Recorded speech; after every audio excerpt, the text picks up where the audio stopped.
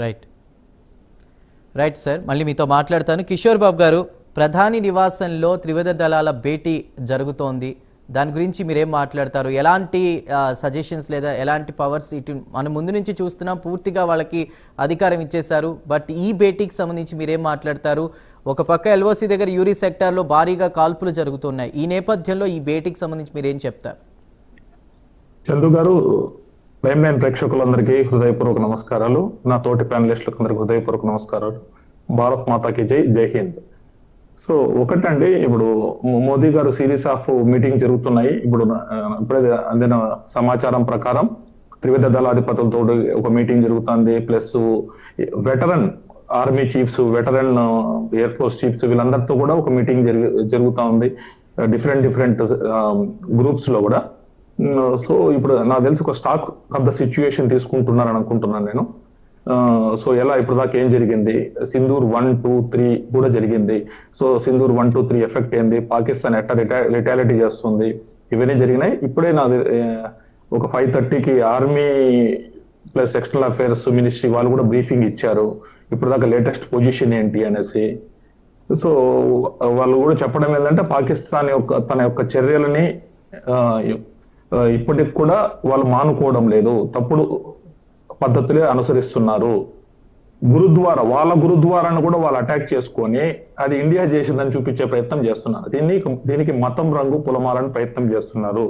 గురుద్వారాలని plus చర్చిల్ని target చేసి, వాళ్ళ చర్చిల్ని target చేసి దీనికి మతం రంగు పులిమి ప్రపంచమంతా కూడా దీన్ని ఖండించే పరిస్థితుల్లో చేయాలనే ప్రయత్నాలు చేస్తున్నారు. దాన్ని మన యొక్క నిఘా వ్యవస్థ కావచ్చు, ఎక్స్టర్నల్ అఫైర్స్ మినిస్ట్రీ, డిఫెన్స్, వీళ్ళందరూ కూడా దాన్ని ఎక్స్పోజ్ చేస్తున్నారు. ప్రపంచానికి అంతా కూడా ఎక్స్పోజ్ చేస్తున్నారు. ఇప్పుడు చాలా ఎక్విప్మెంట్స్ కూడా ఉన్నాయి కాబట్టి గతంలో లాగా కాక ఇప్పుడు మంచి అవకాశాలు ఉన్నాయి.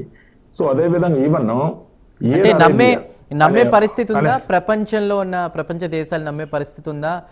ఇంటర్నేషనల్ మీడియాలో పాక్ మంత్రి ఏమో ఉగ్రవాదానికి మాకు సంబంధం లేదంటారు, ఆ పాక్ డిఫెన్స్ మినిస్టర్ ఏమో 30 సంవత్సరాలుగా మేమే ప్రోత్సహించాం అంటూ చెప్తూ ఉంటారు. ఈ 2 నాలుకల ధోరణి నమ్మే అవకాశం ఉందా? ఎలా నమ్ముతారండి? పాకిస్తాన్ బేసికలీ దేశమే అబద్ధాల పుట్ట. పాకిస్తాన్ ఎప్పటి నుంచో చేసే పని అది. ఇప్పుడు నిన్న త్రివిధ స్థావరాలు ఏదైతే ఉన్నాయో దాన్ని మనం అటాక్ చేసినప్పుడు ఆటోమేటిక్ ప్రపంచ దేశాలందరికీ కూడా తెలిసింది ఆ తీవ్రవాద స్థావరాలు ఎక్కడున్నాయి, ఏం కథ, వీళ్ళు ఎలా పెంచి పోషిస్తున్న విషయం తెలిసింది. ఇప్పుడు నేను వింటున్నాను, ఎయిర్ అరేబియా అనే ఒక సౌదీ ఎయిర్లైన్స్ ఉంది, దాంట్లో ఈవెన్ పాకిస్తానీలు కూడా ట్రావెల్ చేస్తున్నారు. దాన్ని కూడా అటాక్ చేయాలని ప్రయత్నం చేస్తున్నారు. చేసి ఇండియా చేసింది ఈ పని అని సౌదీ అరేబియాను కూడా మన మీదకి ముసుగొలిపే ప్రయత్నం చేస్తున్నారు. ఇది వాళ్ళ యొక్క యుద్ధ కుటిల నీతి. అంటే చాలా చీప్ గా, అంటే రాంగ్ డీడ్స్ తోటి. యుద్ధ రణనీతి ఉండొచ్చు, తప్పులేదు. యుద్ధంలో ఉండేటప్పుడు ప్రతి ఒక్కరు కూడా అన్ని నియమాలు పాటిస్తారని నేను అనుకోవట్లేదు, కానీ బట్ ఇంత ఘోరాది ఘోరంగా ఎక్స్పోజ్ అవుతున్నారు. వాళ్ళు చేసే ప్రతి చర్య వాళ్ళకు బూమరాంగ్ అవుతుంది. ఇప్పుడు జర్నలిస్ట్ ని చంపారు, ఇవన్నీ కూడా జైషే మహమ్మద్ స్థావరాలు వాళ్ళ యొక్క ఇది ఎవ్రీథింగ్ ఎక్స్పోజ్ అవుతుంది.